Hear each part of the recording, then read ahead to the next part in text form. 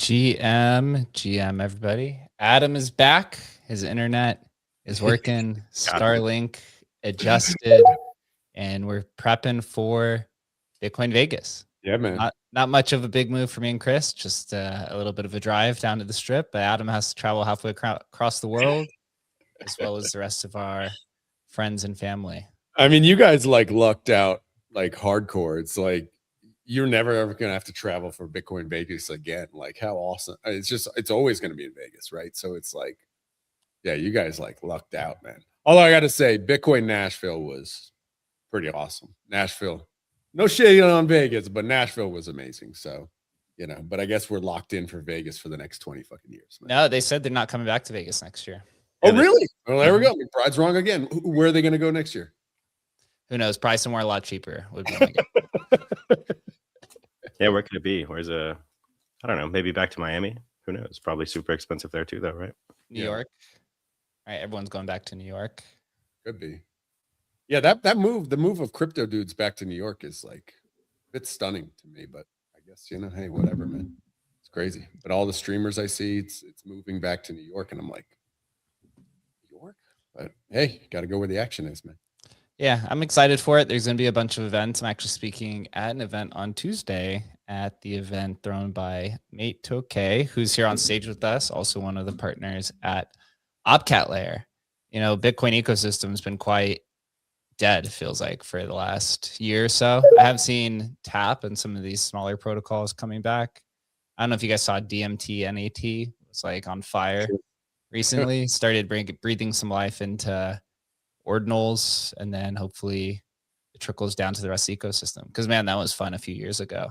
For sure. The ordinals and all of that. But I think Bitcoin is really trying to figure out what the next opportunity is outside of, I guess, just being quantum resistant. So we do have Mate on stage with us. We also have a bunch of people hanging out on GM guys. Thanks so much for having me.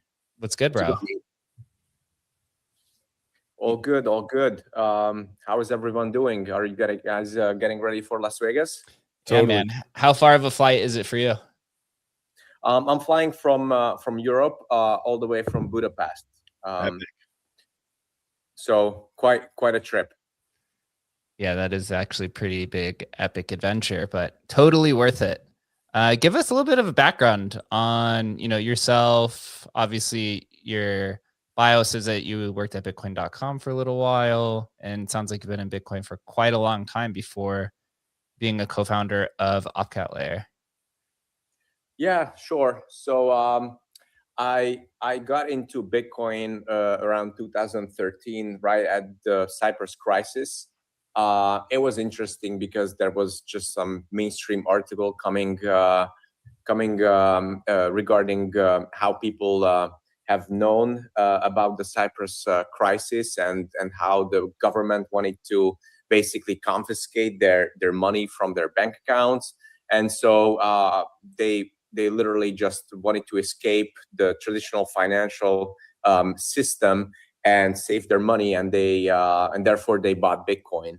And there was this article about it in Europe, and I really just deep dive down in the rabbit hole in terms of like, okay, what is this magic internet money that everyone is talking about, and they're trying to move fiat into Bitcoin to to save their funds.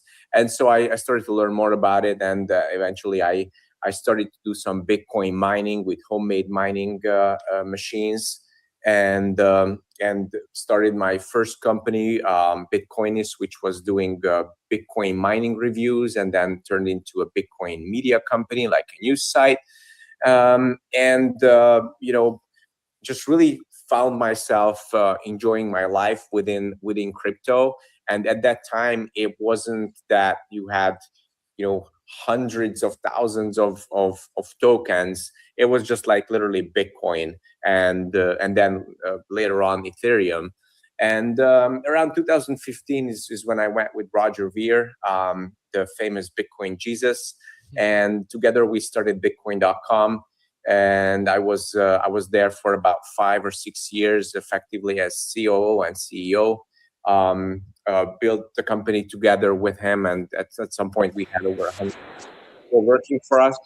But really, just what was interesting to me is that back in the day, for people to get into crypto in terms of the on ramps was even a struggle, right? So now everyone is talking about crypto. You can do ETFs. You can just buy crypto through exchanges. You can really easily get into Bitcoin and crypto. Back in the day, it was a very big blocker, and so we partner with Block with Simplex and MoonPay for buy.bitcoin.com, so people were able to just like buy Bitcoin with their credit cards.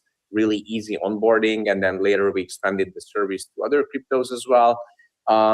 So I have really seen the struggle from the early days, and now see the influx of people and the new users coming onto Bitcoin. In the form of high net worth individuals, family offices, funds, and that really just takes us into the next question of what is Bitcoin today? What are people trying to do with Bitcoin? Is it just store of value? Is it just really aiming to become another asset class that's just sitting there idle? And that just really got me excited about eventually Opcat, where we have created a Bitcoin layer 2. But eventually, this is something that you guys have heard about.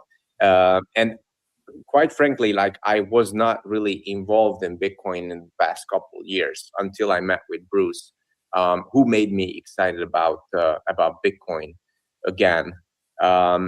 And that's pretty much where I'm at today in terms of my crypto life. Now we've had, like, obviously with ordinals, there was this just massive refocus onto Bitcoin L2s. Were you kind of around for that and saw that play out? I mean, what was your feeling at the time with how that was playing out? I mean, we on this show we're kind of calling it like there's going to be a tremendous bloodbath here of ones that aren't going to make it. It's, and I think it's still a question. Which ones are going to make it? Are any going to be the dominant one? But kind of walk us through what you were thinking at that time and what your current thesis is about L2s and which are the ones that are going to be successful. Sure. I mean, quite frankly, I think like everything in crypto is super cyclical, and I was happy to see all those projects on Ordinal, but just like how Jake have been involved in NFTs for a long time, I'm pretty sure you understood as well that NFTs are great, but not all of them are going to make it, or maybe none of them are going to be making it, and there's going to be a big giant hype. And just like how Justin Bieber bought at the top, there's always a top. And what really made me excited about it is that, okay, there's something actually happening on Bitcoin, and we're not just talking about Bitcoin as a digital gold, and not just talking about as an ETF and people not doing anything, but finally people start to do something with it. Even if the ending isn't happy, right? I mean, you cannot always have happy endings.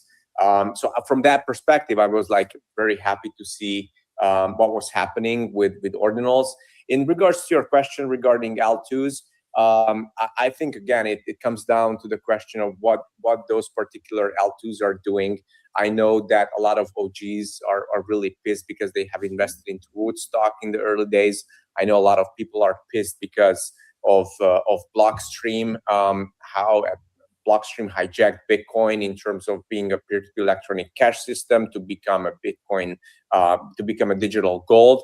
However, I do know that in Latin America and other parts of that world, a lot of people are actually using a Blockstream as a layer 2, especially in Venezuela, for everyday payments, and they quite like it. And Bitcoin is really it was always meant to be more than just a digital gold. Like even in the white paper, it says Bitcoin peer-to-peer electronic cash system. But even on top of that, Bitcoin can be more than just a peer-to-peer electronic cash system, because Bitcoin can be a native execution layer that turns Bitcoin into a productive asset. And it's not just sitting there idle. And that's where I think that the successful L2s are going to outshine the others, where you can really just bring Bitcoin finance alive, and that's exactly what we're trying to accomplish with Opcat Labs as well. So after reviewing all of that and being in Bitcoin, it's kind of since the beginning, I guess, at least since business formation around the asset, you were at Bitcoin.com. I also see that you had co-founded Bitcoinist, which was kind of a media brand, and Altcoinist as well. It's kind of showing that you were not a Bitcoin maximalist by degree, as you've created Altcoinist and then expanding into Opcat Layer. Although Opcat was a part of Bitcoin codes at one point, it was eventually removed by Satoshi, and there's been this big movement to bring it back.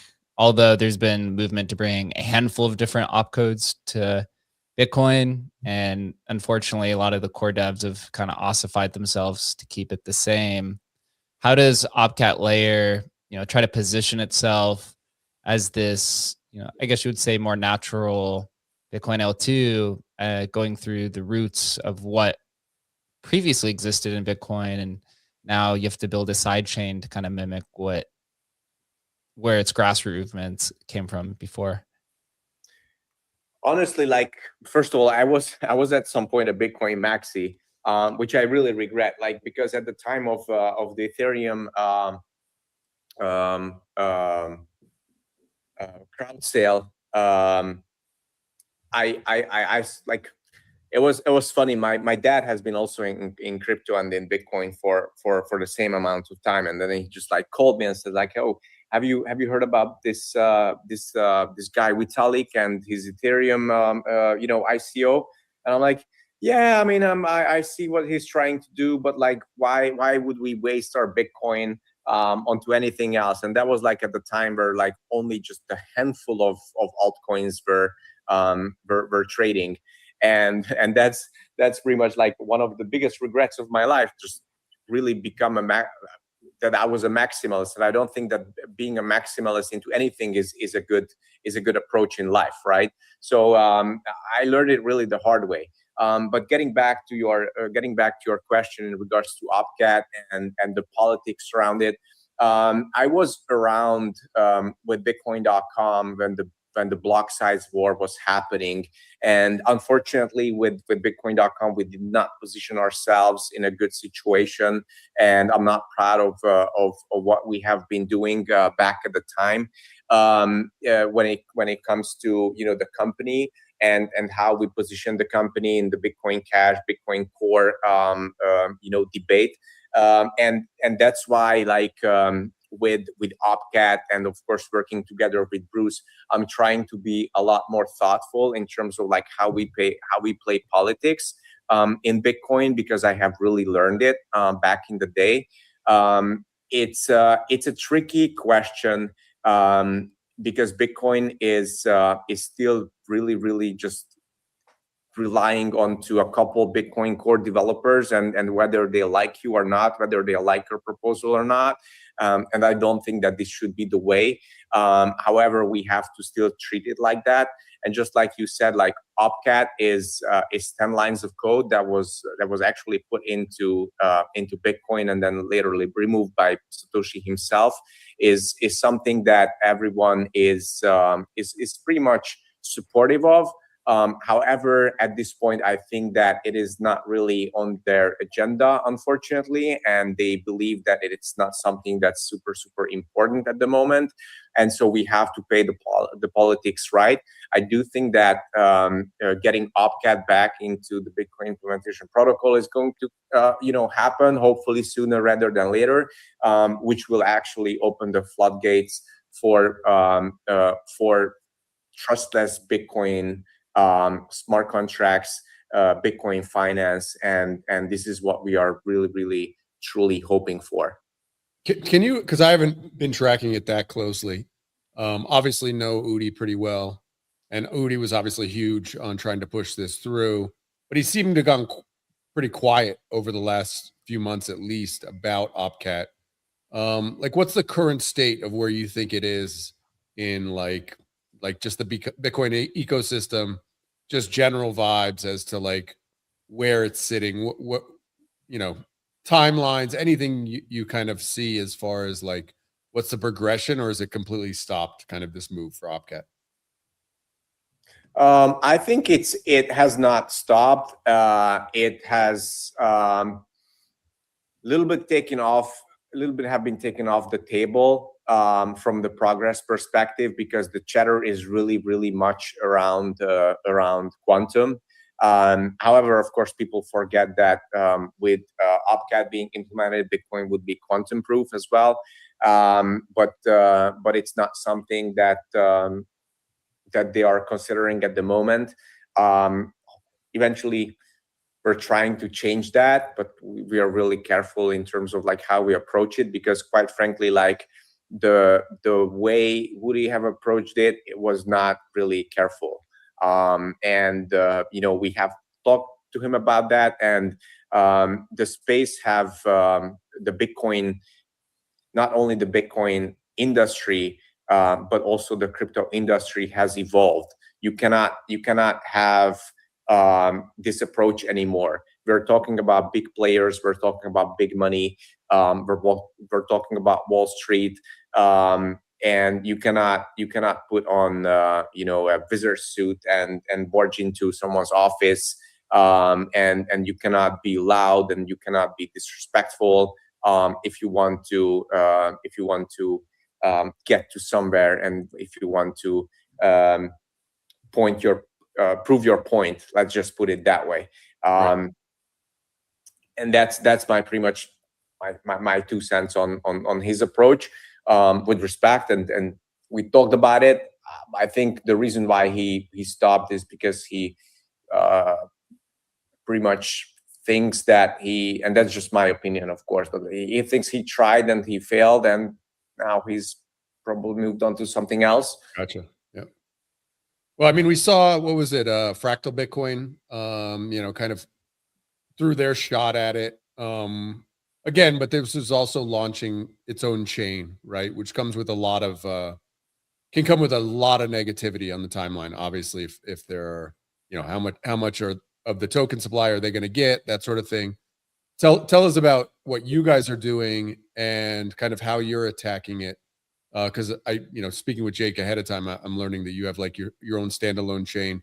Tell us your kind of framing for how you were thinking about it, and lay out the whole value proposition for us. Yeah, I mean, the way I think about it is that it has, like, in order for something like OpCat that has to happen, we're going to have to talk with not only with the Bitcoin core developers, but we're also going to have to talk with the big players.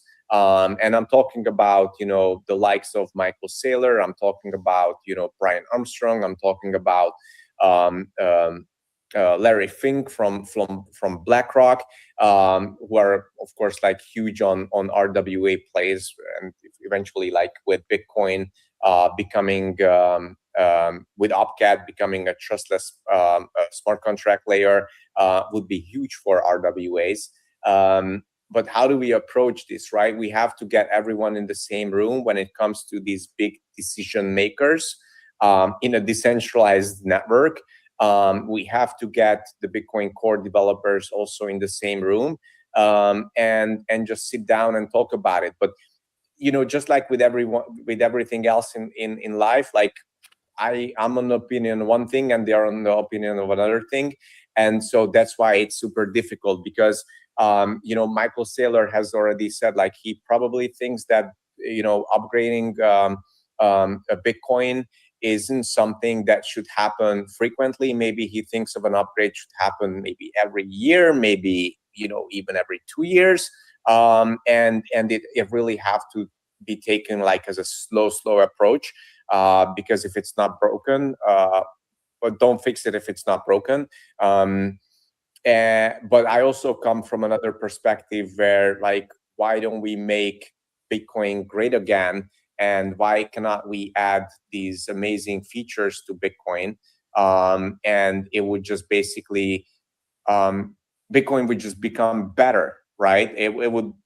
It's just like there's no other way to put it. Bitcoin would be better if Opcat would be enabled, and that's pretty much my approach, and how I think this could get done. And eventually, we put a fair amount of work into this when it comes to this lobbying and when it comes to talking to people. That's why we also attend these conferences. And we talk to people how they think this should happen and whether they support it or not. Yeah, looking through all the applications for Opcat layer, you guys have your own pump fund version. There's a marketplace. You have your own NFT standard, token standard, swapping. So you've got all kind of the main applications, but it does look like there is minimal activity that's taking place. So how do you guys plan on approaching to bring new users to Opcat layer, right? This is essentially just a situation of the cold start problem, which is the $1 billion problem that everyone has. And if you can solve it, then eventually you'll get traction. This is for all the nascent L1s and L2s, which is, what comes first, the users or the liquidity? Yeah. And you guys are kind of in that situation. So what's the approach moving forward? Yeah, I mean, just like you said, like we pretty much launched the mainnet a few weeks ago, and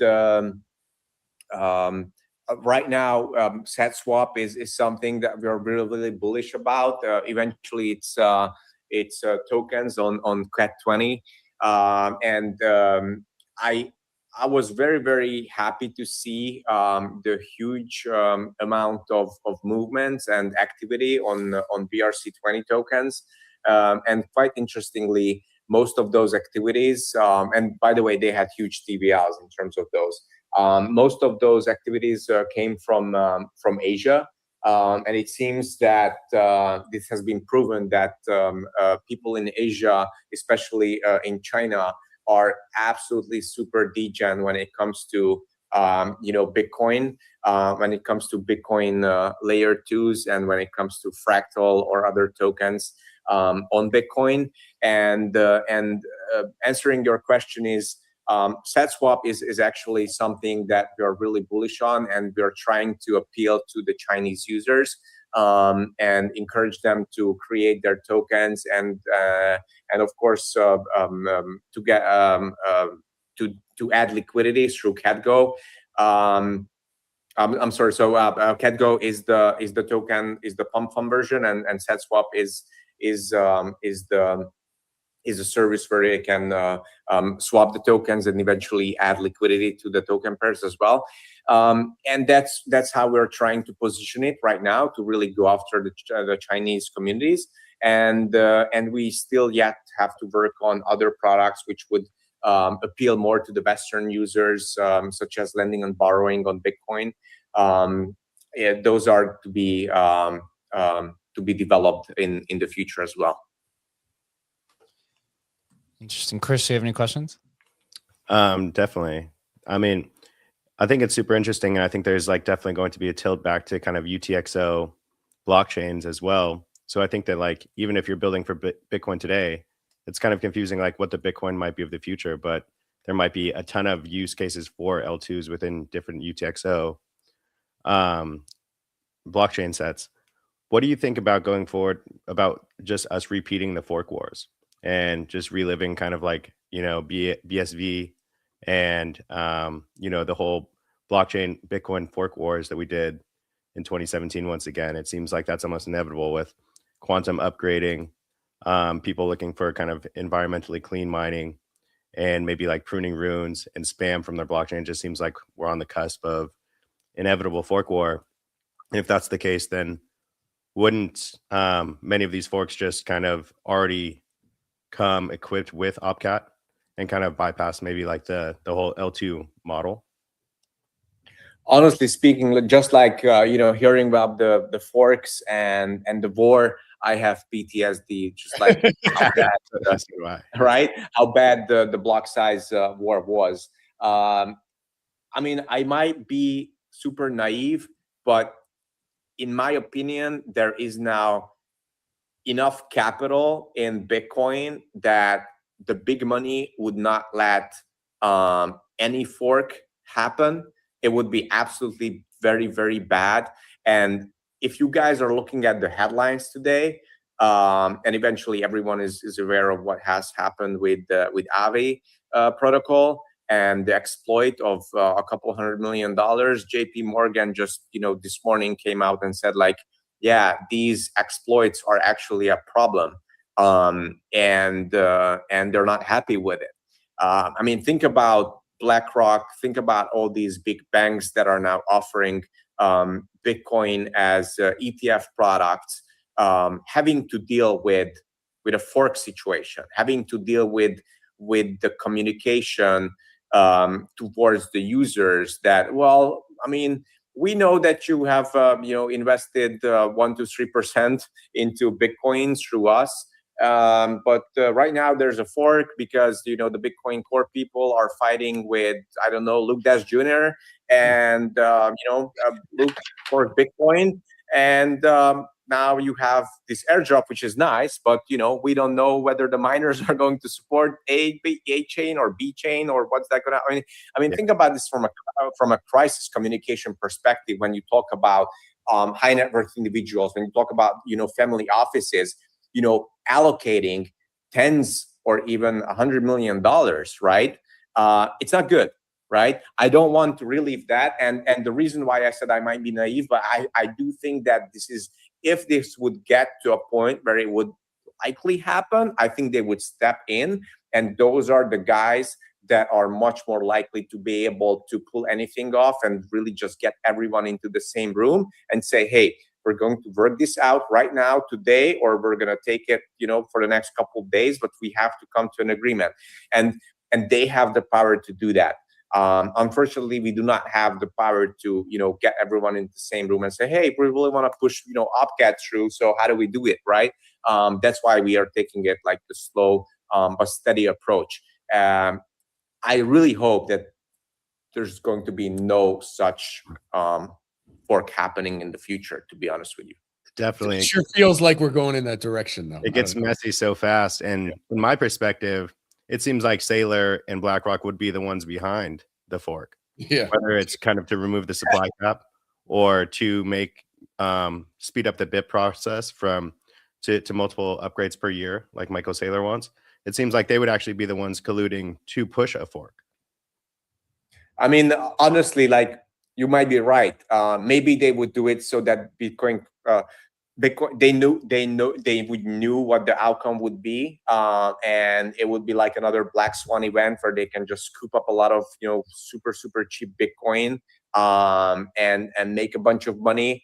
I mean, like I said, the industry have changed. We're really going against the big guys now, and they can move markets, they can move narratives, they can control the mainstream media. It's not like how it used to be. That's for sure. I mean, I don't know if you guys have tracked kind of the Thor chain stuff that's happened over the last, day or two, with a whole bunch of that stolen crypto being moved through Thor chain. But it's pretty easy to see who on the timeline is like, no, we shouldn't have trustless systems. Of course, we should have be able to freeze and backseas this whole stuff. Like Thor, I saw literally people who are pretty big in the space say that basically Thor chain's only use is facilitating crime. And I'm like, holy shit. I'm like ripped back to 2016 and the same argument being made for Bitcoin, like literally the exact same argument. And so I at some point, I don't know, my gut feeling is that we are moving to this kind of like, whether it's quantum or whatever, there will be a choice out there. There will be something out there. And it's basically going to be the Wall Street bros who are forcing this choice. And I think, honestly, at this point, I feel like the Bitcoiners are going to roll over and show their belly and just go right down to whatever that needs to happen because they're just too fat. I mean, it's possible. I mean, look, it's a power play, right? Like, who is stronger? And I can, with a high degree of certainty, say they are much stronger. Yeah, no, for sure. Absolutely, man. Tell me about a little bit, and I've done a little bit of research now, but tell me about the idea of not. I'm reading that you don't have a native token, but tell me the idea, the strategy behind how you were approaching, what we would call tokenomics, or not having tokenomics, or just from. I'm assuming it's from an acceptance perspective. You wanted the Bitcoiners on board. Walk us through your process there of deciding how you were going to roll out, tokens on the chain and that sort of stuff. Yeah, so I think it was an important decision eventually from Bruce, who is the brain behind it, who has been building this for multiple years. Eventually, the founder and CEO of the company, to come to a decision where he would say, okay, there isn't going to be a token, at least in the beginning, for Opcat. In order for just like you said, in order for the ease of getting more people on board and having them to associate more with the network, and not just say, well, it's just another L2, and they have their token and that's their best interest. At this point, it's just like super easy. You bridge from Bitcoin into the Opcat layer, which is basically Bitcoin, where we have enabled Opcat, and Bitcoin is the gas token, and there isn't anything else. And eventually, on that layer, there is the Cat20 token standard, where people can create their tokens on Opcat mainnet and do all kinds of just like pretty much pump.fun, right? Like the same thing. Also super similar to BRC20, of course, and people can play around with it.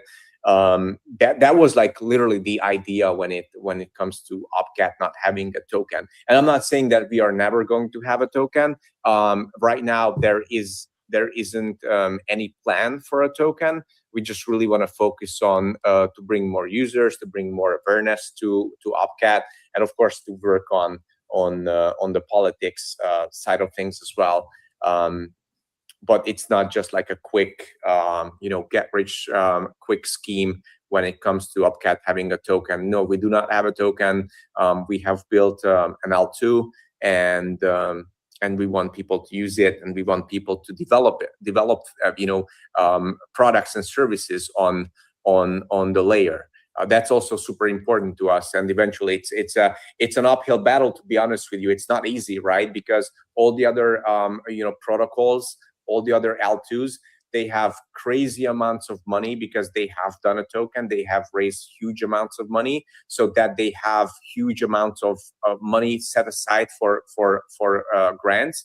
And so this space has become super comfortable, because if there's a developer team who is said, okay, well, I might develop something on that L2 because they're actually paying me for that development, versus to develop something on our chain where we don't have the means to pay them to develop something, is also a very interesting dynamic. And quite honestly, to be frank with you, I do not really like that crypto is always trying to solve things with money, because starting a new project on any layer is pretty much starting a new company. And we all know that 90% of startups, or even more, of the startups will actually fail. So it's pretty much a protocol, a layer, to paying for a developer team to develop their idea on their chain, which has a 90% probability that they will fail, isn't the best business model, to be honest with you. Yeah, makes a lot of sense. So tell us a little bit about the Bitcoin Vegas event that you guys are doing. What's the goal? Is it to just accomplish and kind of spread the awareness around Opcat layer, and the plans while you guys are out here? Absolutely. So first of all, Bruce is really close. He's living in Silicon Valley. So you guys talked about that it's close for you to to attend as well. So it really comes handy that he's already there. We have been going to quite a few Bitcoin conferences. Went to Bitcoin Abu Dhabi. That was great. Also went to Bitcoin Hong Kong. I really liked the Hong Kong event, to be honest with you. That was great. When it comes to the event in Las Vegas, it's all about side events. I think the side events are actually better than the main events, in my opinion, in most of the cases. As you can see, it's AI plus Bitcoin, next generation revolution. We're really trying to play around with the title to get more people attending. And so there we can have interesting people to speak at our event. We can have interesting conversations. Of course, we can educate and tell people about Opcat layer. Pretty much that's the goal for us to network and spread the word about Opcat and meet like-minded people. What are the main, I guess you would say, contentious points, or what do people or app builders tell you guys when you try to encourage them to build on Opcat layer? Is it more of a cultural pushback? Is it a financial, I guess you would say, hurdle? Or just give us some insight on what those conversations are like with potential builders and prospects to build something on Opcat layer. Honestly, like I would say that mostly it's the financial, because like I said, most of the developers got super comfortable and they're like really just looking for opportunities, and they treat these grants as a means of income. They don't even care whether the project is going to be successful because they got paid anyways. So to answer your question, it's mostly the financial elements. And that's why we really want to attract and bring in developers who are actually wanting to build for the sake of being successful with their products and services on our layer. And you can only get that if you don't pay them, to be honest, right? That's super difficult though, isn't it? Right? I mean, it's like if you don't have enough users, it's like cart or horse, right? It's like you don't have enough users to kind of attract developers, and then but you want developers, but you know what I'm saying? It's like that's like almost you're in a really tough situation there. We are. I'm not gonna lie. We're in a tough situation.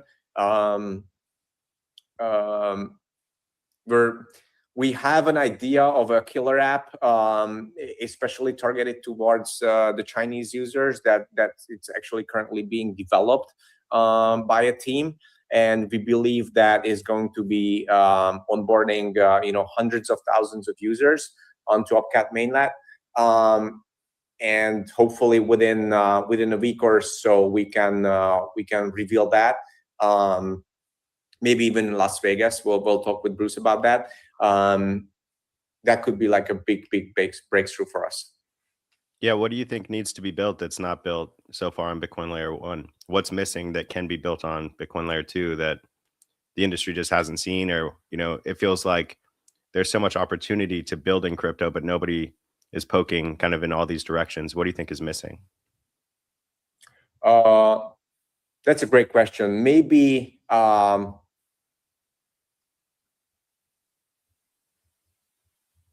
connecting people. I guess like I was gonna say like some sort of a like social network, but also at the same time I have seen how even Coinbase has pivoted from the creator economy social network into trading. Just recently. I think it is a killer app. It is something that's needed, but I think it's something that's too soon. And I think it really gives you the right assumption that even if like Coinbase, who have like infinite amount of money, have pivoted, they also believe that it's something that's needed, but it's too soon. Yeah, it's tough out there.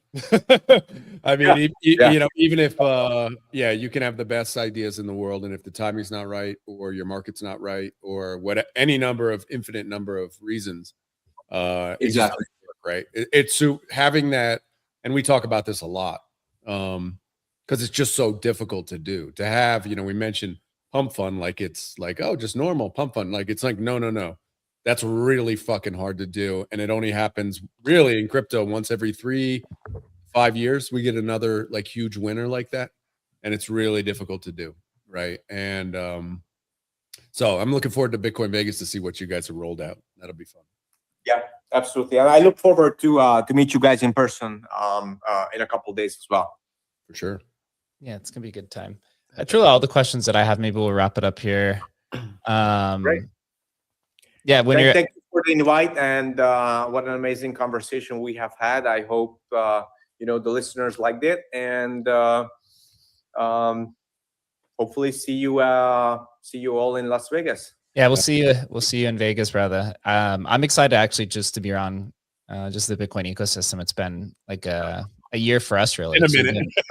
We've been And in also, that- like Vegas is not a bad place to to hang out for a couple of days either. Yeah, try living here. It's a good time. But yeah, for us, Emblem, we've been building on Solana mostly for the last 2 years or so. So I haven't been